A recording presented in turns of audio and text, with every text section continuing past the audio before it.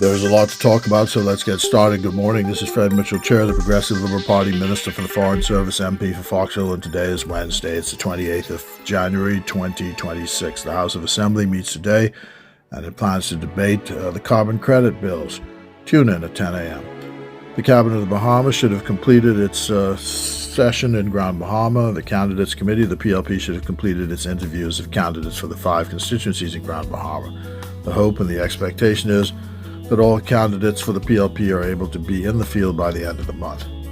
But I'm an observant student of politics, and I always counsel folks not to impose deadlines and declarations on yourself that are not necessary and that you have to eat later. It is a similar counsel that I give to newcomer MPs and other public figures. While you have to be responsive to the public and accountable, there is nothing that compels you to answer a phone from a reporter, and nothing that compels you to give a statement to the press. When statements are given to the press, and there are what seems to be unforced errors as a result, our opponents are reading the tea leaves and are too busy trying to make 2 plus 2 5. Folks, 2 plus 2 today still equal 4, not 5.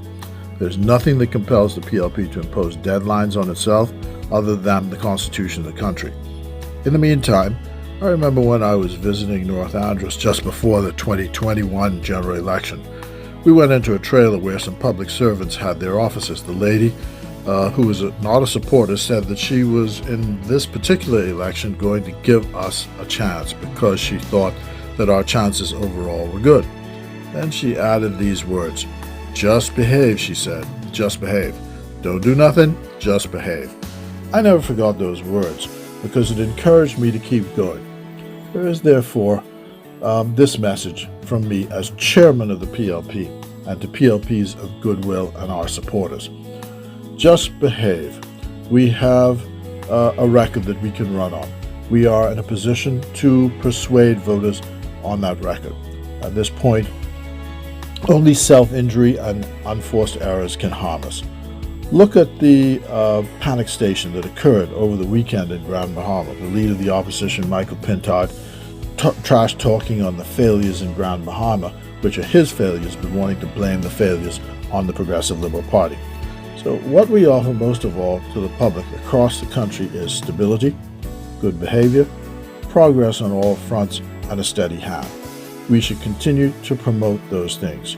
No time for partying, but time to consolidate our gains, build on our leadership and its successes, and avoid division at all costs. The end of the term is near, and as we consolidate our past accomplishments, we must lift our eyes to the future and pledge to commit ourselves not just to give birthday cake for a vote, but rather to lift up the poor, train the untrained, and raise the tide, so that all boats will rise when the tide is high. God bless you. God bless the Commonwealth of the Bahamas, across the country today. PLP, all the way.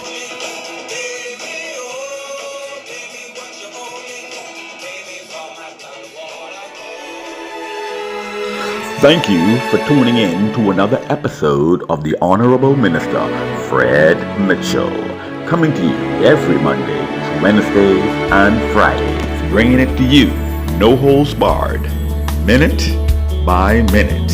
Until next time, do enjoy your day.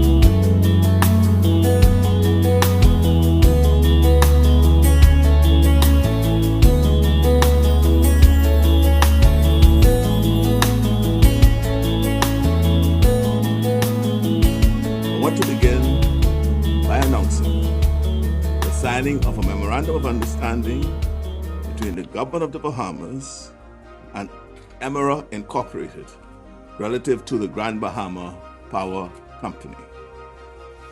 This MOU reflects a shared commitment to explore a new path forward for energy in Grand Bahama.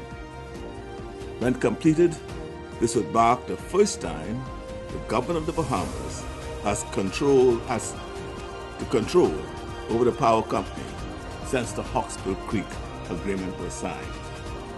This is important because it will result in universal electricity rates across the Bahamas.